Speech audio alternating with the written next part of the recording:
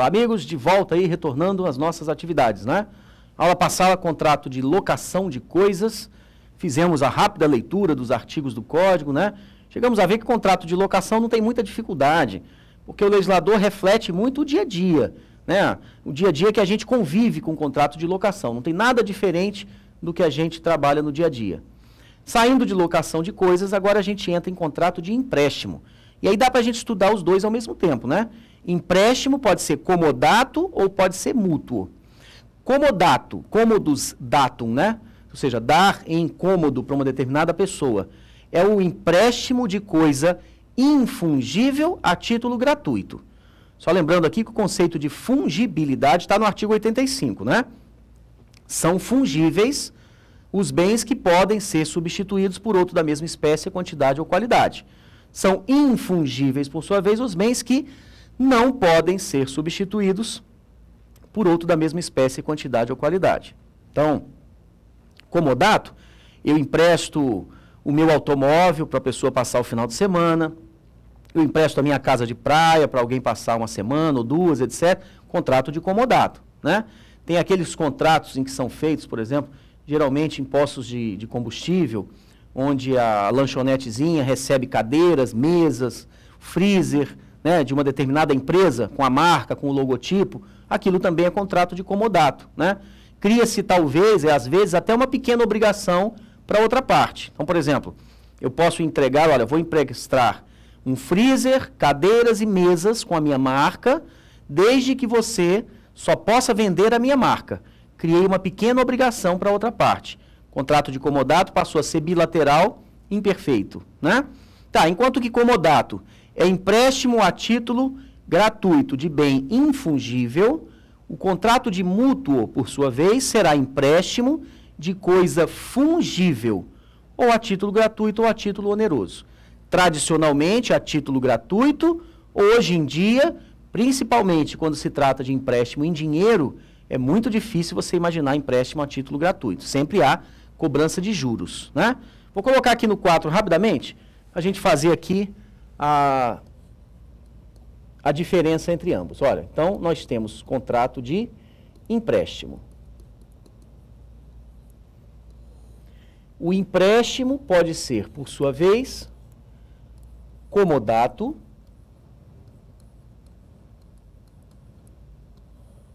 ou pode ser mútuo. Mútuo, né? Comodato ou mútuo. Qual é a diferença? Comodato é o empréstimo a título gratuito de coisa infungível. Professor Perazzo, pode ser também a título oneroso? Não, porque aí deixa de ser empréstimo, né? Passa a ser locação. Infungível, contrato de mútuo, a título gratuito ou oneroso de coisa fungível.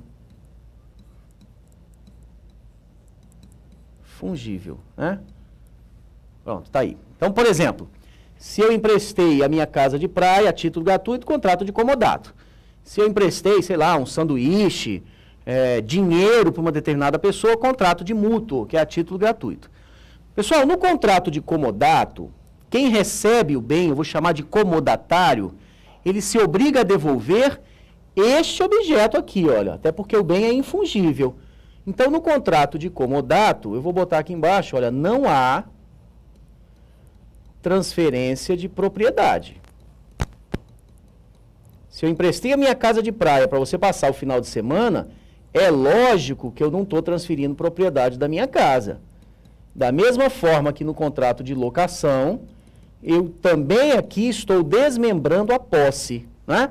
Eu, comodante, conservo a posse indireta, entrego ao comodatário a posse direta. Por sua vez, o mútuo é o empréstimo de coisa fungível, o que significa dizer que eu, mutuário, me obrigo a devolver não aquele objeto, mas um similar, mais um parecido. Ora, se eu tenho que devolver um similar, é porque aqui eu transferi propriedade do objeto para que você fizesse o que bem entender com ele. E depois você me devolve um similar. Aqui no contrato de mútuo haverá transferência de propriedade. Se a gente vai para os exemplos, a gente vê que, de fato, isso é verdade, né, pessoal? Olha só. Se eu empresto o meu carro para o meu vizinho passar o final de semana com ele, na segunda-feira, o meu vizinho tem que me devolver, não um carro qualquer, tem que devolver o meu carro, né? Então, eu não transferi propriedade para ele. A obrigação dele é de restituir coisa certa. Agora, quando o banco, por exemplo, me empresta dinheiro, então eu fui lá na maquininha, lá saquei R$1.000. O dinheiro, quando eu saquei, é empréstimo, mas aquele dinheiro é meu. O banco transferiu a propriedade daquele dinheiro. Eu coloquei no bolso aquele dinheiro e vou gastar, vou fazer o que eu quiser. Quando da data que a gente combinou para eu devolver o dinheiro, eu não tenho que devolver aquele dinheiro, aquelas notas que o banco me emprestou. Eu vou devolver o valor correspondente. Então, contrato de comodato, não há transferência de propriedade. A obrigação do comodatário é devolver coisa certa. No contrato de mútuo, há sim transferência de propriedade. E a obrigação do mutuário é de devolver, mas o bem é fungível. Então, eu tenho a obrigação aí de dar coisa incerta. Ok? Muito bem, pessoal. Se há ou não transferência de propriedade, a regra do res per in domino eu aplico de maneira diferenciada. No contrato de comodato, se o bem se perder sem culpa do comodatário, prejuízo é do proprietário. Mas o proprietário é o comodante, é quem emprestou o objeto. No contrato de mútuo, se o bem se perder sem culpa do mutuário, o prejuízo continua sendo do proprietário. Só que o proprietário agora é mutuário, porque eu transferi a propriedade do objeto. Vou colocar aqui no quadro assim, olha. Havendo perda por fortuito, então, olha, vou botar assim, olha. Havendo perda por fortuito, ok? No contrato de comodato, o prejuízo vai ser do proprietário. O proprietário é comodante. No contrato de mútuo, havendo perda por fortuito, o prejuízo também será do proprietário. Mas o proprietário aqui agora será mutuário, ok? Perda por fortuito no comodato, prejuízo do comodante, que é proprietário. Perda por fortuito no contrato de mútuo, prejuízo do mutuário, que o mutuário é proprietário. Tá, pessoal, algumas regras do contrato de comodato primeiro, hein? Então, comodato é empréstimo de coisa infungível a título gratuito. Tanto comodato quanto mútuo são contratos reais. Ah, isso eu preciso até colocar aqui no quadro, olha só. O empréstimo, por sua vez, é contrato real. Muita atenção aqui para isso, hein? Somente se aperfeiçoa com a entrega do objeto. Então eu pergunto a vocês assim, olha, no contrato de locação, a gente estudou na aula passada, não é? Qual é a obrigação do locador? Entregar o objeto. O locador se comprometeu a entregar o objeto, depois cumpre a obrigação que é entregar. No contrato de compra e venda, que a gente já estudou, qual é a obrigação do vendedor? O vendedor se comprometeu a entregar o objeto, a transferir propriedade, então agora ele deve entregar o objeto, obrigação. Doação, que estudamos também. Qual é a obrigação do doador? O doador se comprometeu a entregar o objeto, obrigação dele, portanto, é entregar o objeto. Agora, quando eu entro no comodato, o comodato, ele comodante, também vai entregar o objeto. Mas o entregar o objeto faz parte do momento de conclusão, porque é contrato real. Só se aperfeiçoa com a entrega do objeto. Então, qual é a obrigação do comodante que surge após o contrato? Eu não posso dizer que é entregar o objeto. Entregar o objeto fez parte do momento de conclusão. Então, olha que esquisito, no mínimo esquisito. Compra e venda, obrigação do vendedor, entregar. Doação, obrigação do doador, entregar. Locação, que é muito parecido com comodato, né? Obrigação do locador, entregar. Comodato, obrigação do comodante, não pode ser entregar. Porque entregar no contrato de comodato fez parte do momento de conclusão desse contrato. E aí, pessoal, comodante no contrato de comodato não tem obrigação. Entregar não é obrigação, porque isso faz parte do momento de conclusão. E qual seria a outra obrigação do comodante? Não existe. Contrato de comodato só gera obrigação para o comodatário, que aí sim seria devolver o objeto findo o prazo contratual. Então aí a gente já pode até falar da classificação dos dois, né? Tanto de comodato quanto de mútuo. O comodato e o mútuo, Ambos são contratos unilaterais, porque só gera obrigação para ou comodatário ou mutuário. Vou até botar aqui no quadro aqui para não passar em branco. Olha, estamos falando de empréstimo, né? Deixa eu mudar aqui a cor aqui para ficar mais fácil a visualização. Estamos falando de empréstimo. Já disse a vocês que é contrato real. Então, vou botar aqui a classificação de ambos, hein? Vamos estudar logo os dois de uma vez só. Classificação, tanto do contrato de comodato quanto o contrato de mútuo. Primeiro, só gera obrigação para uma das partes. Então, é contrato unilateral. Muita atenção, hein? Obrigação do comodante não é entregar. Obrigação do mutuante não é entregar. Só quem tem obrigação é comodatário, mutuário, que é devolver. É um contrato, em regra, gratuito. Não é? É um contrato, em regra, gratuito. Tanto o comodato quanto o mútuo. Mas o mútuo tem uma exceção, não é, pessoal? O mútuo é possível que haja cobrança de juros. E aí, se eu estou diante da cobrança de juros, eu vou chamar esse contrato de mútuo feneratício, e esse mútuo feneratício aqui, ele passa a ser oneroso. Mútuo feneratício. Então, já caiu em prova de juiz federal aqui da 5ª região, dizendo assim, afirmativa, o contrato de mútuo é um contrato unilateral que pode ser gratuito ou oneroso. Verdadeiro, né?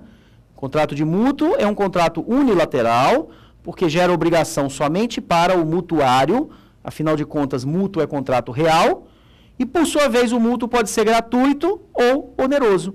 Gratuito é a regra tradicional desse contrato, oneroso quando há cobrança de juros. A expressão estava verdadeira.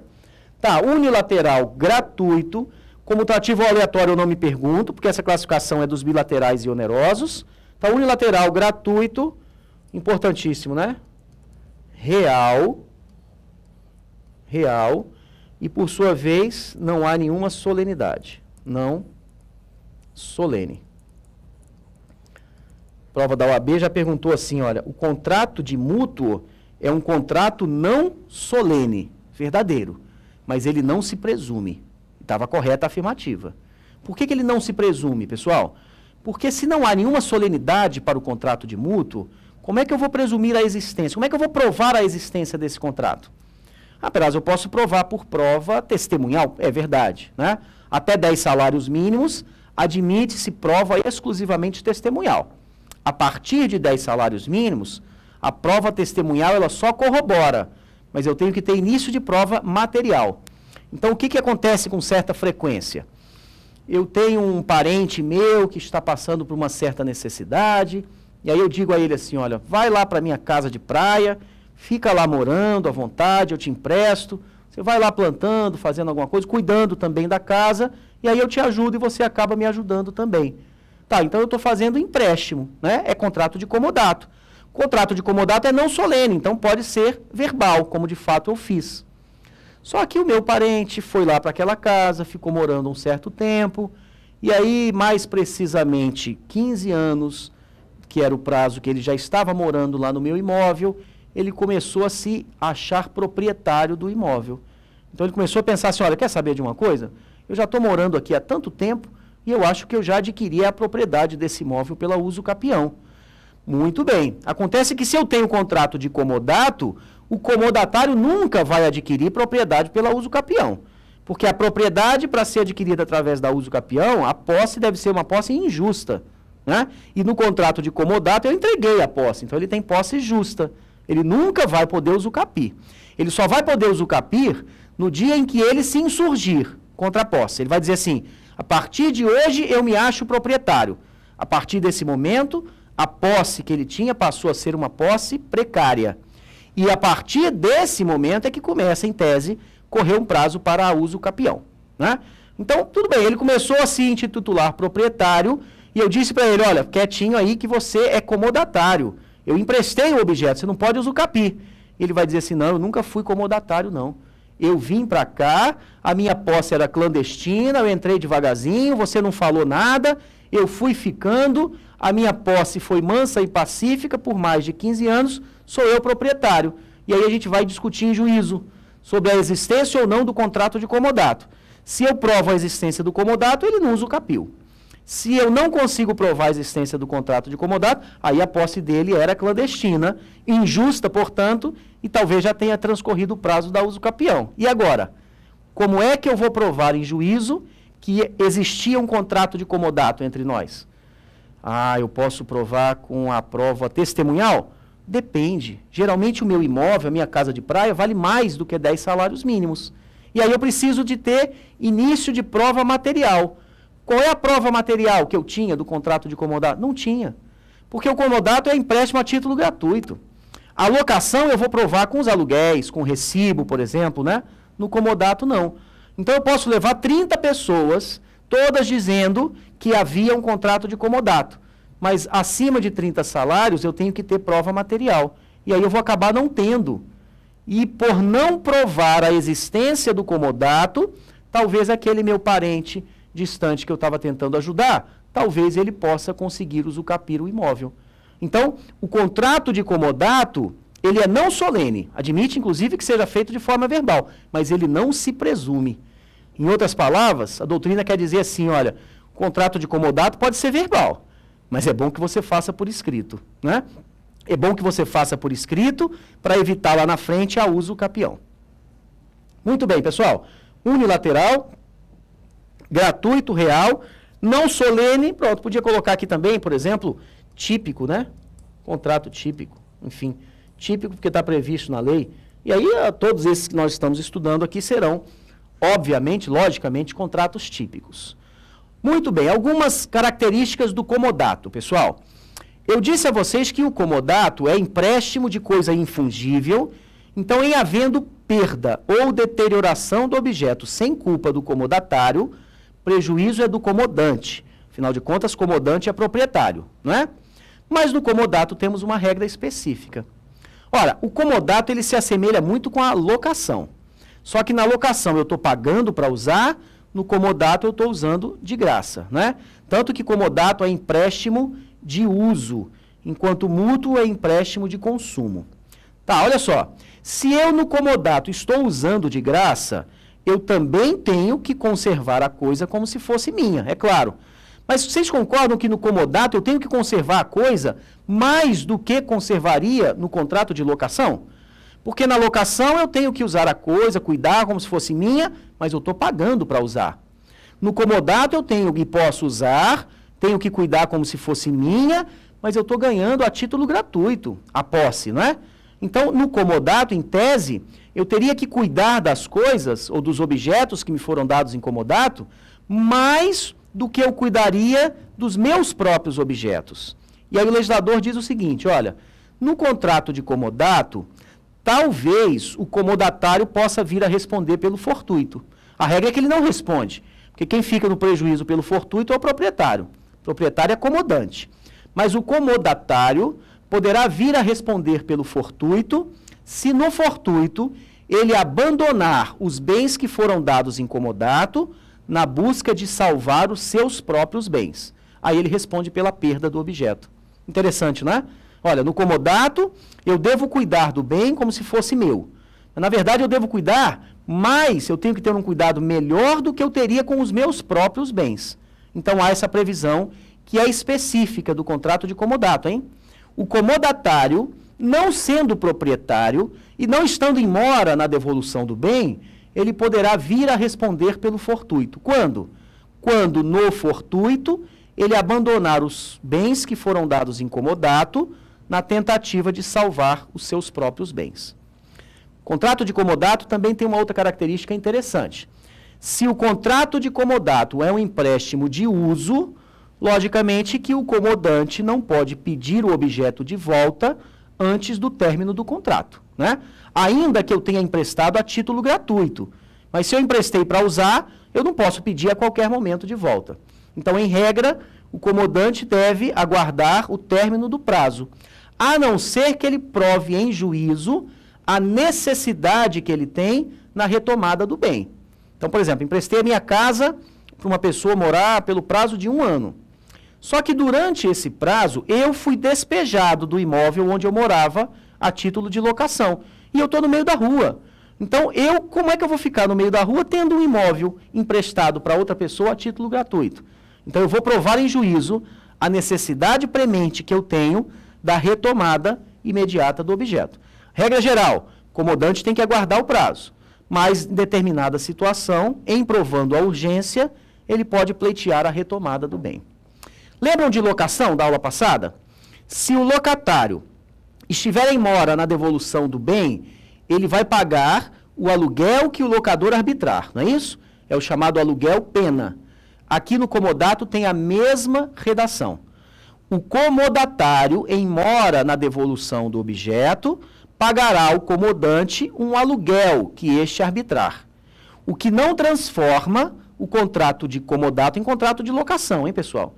O aluguel aqui é um aluguel pena, que também não poderá ser superior a 2 vezes o aluguel que normalmente se cobraria, já que eu emprestei a título gratuito. Então, a mesma regra do aluguel pena no contrato de locação, temos aqui também no aluguel pena no contrato de comodato. Vamos fazer a leitura dos artigos de comodato para eu poder falar um pouquinho sobre mútuo. Vamos lá, pessoal.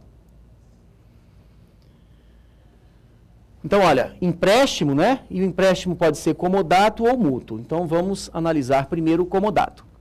O comodato é o empréstimo gratuito, se for oneroso vira locação, de coisa não fungível, e ele se perfaz com a tradição. Sabe o que significa isso daqui? Olha, comodato, assim como mútuo, é contrato real. 580. Os tutores, curadores e, em geral, todos os administradores de bens alheios não poderão dar em comodato, sem autorização especial, os bens que foram confiados à sua guarda. É claro, né? Se eu estou cuidando de um bem que não é meu, como é que eu vou simplesmente emprestar esse bem a título gratuito para uma outra pessoa? Né? Se o comodato não tiver um prazo convencional, presumir-se-lhe-á necessário para o uso concedido. Olha só, pessoal, comodato, vou botar aqui em cima, olha, é empréstimo de uso.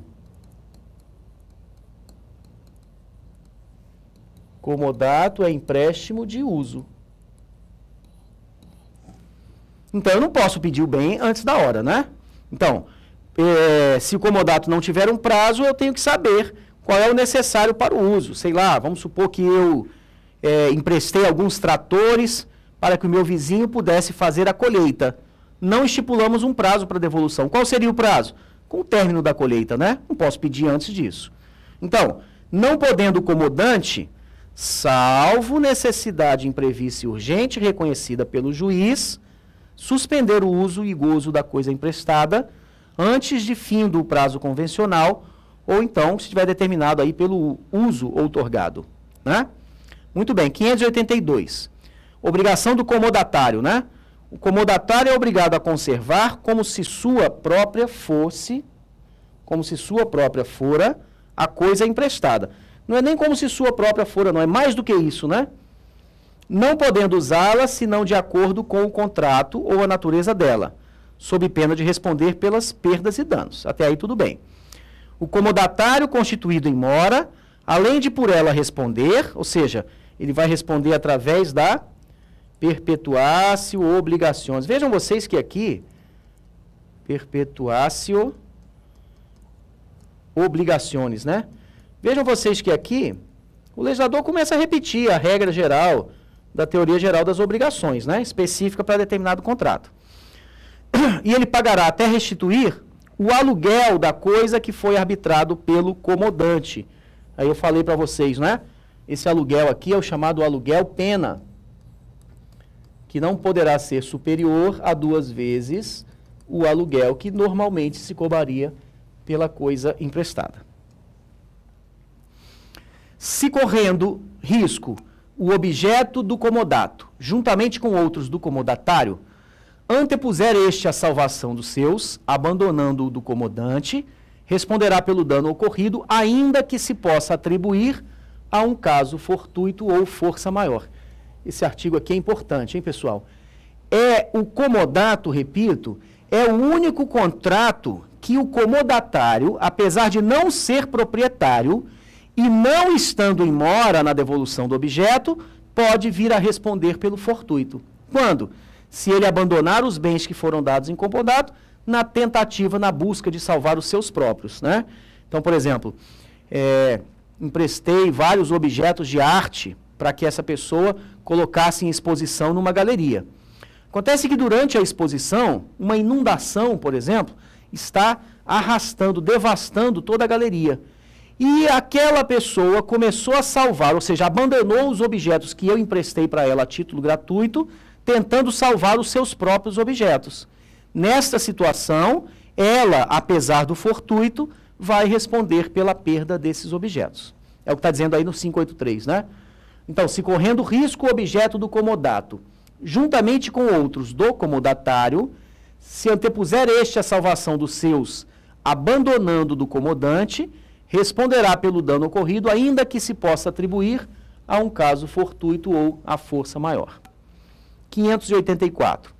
O comodatário não poderá jamais recobrar do comodante as despesas feitas com o uso e gozo da coisa. Por que ele não pode cobrar as despesas que ele teve com o uso e gozo da coisa, pessoal? Ora, porque o comodato é contrato gratuito, né? Quer dizer que eu empresto a minha casa de praia para você e você ainda está me cobrando agora porque teve alguma despesa no usar do bem, né? Eu lá, emprestei para você a casa, tinha lá uma lâmpada queimada, você foi e trocou a lâmpada e agora está me cobrando? Sim, mas você trocou a lâmpada para poder usar o bem, né?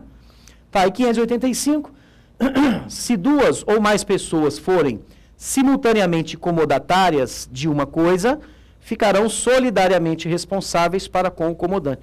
Ah, pessoal, olha só, solidariedade não se presume, lembra daquela regra? Ou deriva da lei ou da vontade das partes, né? O que significa dizer, portanto, que se há duas pessoas que são comodatárias, o legislador aqui está criando a solidariedade entre elas. Ambas são responsáveis pela conservação daquela coisa. Vamos fazer o seguinte, vamos dar uma rápida parada aqui para a gente voltar a falar sobre contrato de mútuo agora, ok? Forte abraço, bons estudos, amigos.